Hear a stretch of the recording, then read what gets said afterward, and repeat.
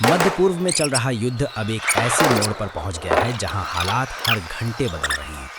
इस बार खबर आई है कि ईरान ने अपनी नई और बेहद खतरनाक खुर्रमशहर 4 बैलिस्टिक मिसाइल का इस्तेमाल किया है। कहा जा रहा है कि इन मिसाइलों के धमाकों से तेल अवीव में इमारतें तक हिल गईं। कुछ रिपोर्टों में बताया गया कि धमाके इतने जोरदार थे कि जिन इलाकों पर सीधे हमला नहीं हुआ, वहां भी लोगों ने झटके महसूस किए। क्या आयरन डोम कमजोर पड़ रहा है?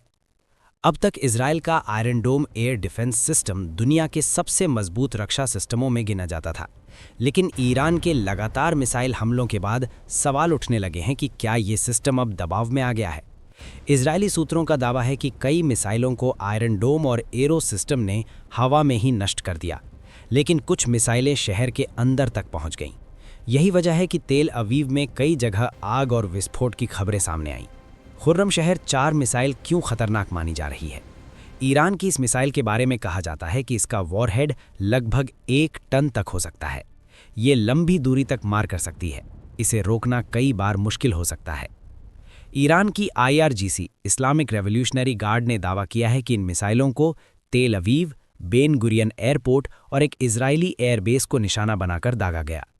इस ऑपरेशन को ईरान ने ऑपरेशन ट्रू प्रॉमिस 4 का हिस्सा बताया है। बहरीन में भी हमला। इस बीच एक और चौंकाने वाली खबर सामने आई। बताया जा रहा है कि ईरान ने बहरीन में भी हमले किए हैं। रिपोर्टों के मुताबिक बहरीन की राजधानी मनामा में उन इलाकों के पास धमाके सुने गए जहां अमेरिकी सैनिक मौजूद थे। वीडियो में सायरन बजते हुए और लोगों में अफरा तफरी का माहौल देखा गया। अगर ये खबर पूरी तरह सही साबित होती है तो इसका मतलब होगा कि युद्ध अब पूरे खाड़ी क्षेत्र में फैल सकता है। अमेरिका और इजराइल का जवाबी हमला। दूसरी तरफ अमेरिका और इजराइल भी लगातार जवाबी कार्रवाई कर रहे हैं। रिपोर्टों के अनुसार ईरान के अंदर बने 13 भूमिगत मिसाइल ठिकानों पर हमले किए गए हैं। बताया जा रहा है कि कई ठिकाने पूरी तरह नष्ट हो गए, कुछ को गंभीर नुकसान पहुंचा है। इजरायली सेना का दावा है कि अब तक लगभग 60% मिसाइल लॉन्चर नष्ट किए जा चुके हैं। इस युद्ध की कीमत भी बेहद भारी पड़ रही है। एक अनुमान के मुताबिक सिर्फ पहले 100 घंटों में लगभग 3.7 अरब डॉलर खर्च हो चुके हैं, यानी हर दिन करीब 891 मिलियन डॉलर। ये खर्च मुख्य रूप से अमेरिका पर पड़ रहा है। क्या ईरान हार रहा है? पेंटागन का कहना है कि ईरान के बैलिस्टिक मिसाइल हमले 90% कम हो गए हैं, ड्रोन हमले 83% कम हुए हैं। लेकिन दूसरी तरफ ईरान का कहना है कि अभी असली जवाब बाकी है। IRGC के प्रवक्ता ने दावा किया है कि ईरान जल्द ऐसे नए हथियार इस्तेमाल करेगा जो अभी तक इस युद्ध में इस्तेमाल नहीं किए गए हैं। नया कमांडर और नई चुनौती।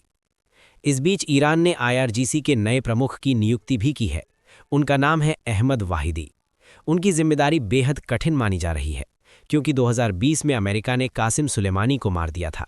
हाल ही में कई ईरानी सैन्य अधिकारी भी हमलों में मारे गए। अब अहमद वाहिदी को सीधे युद्ध के बीच सेना की कमान संभालनी है। क्या युद्ध और भयानक होगा? इजराइल की सेना ने भी संकेत दिए हैं कि अब ऑपरेशन अगले चरण में प्रवेश कर चुका है और आने वाले हमले और भी बड़े हो सकते हैं।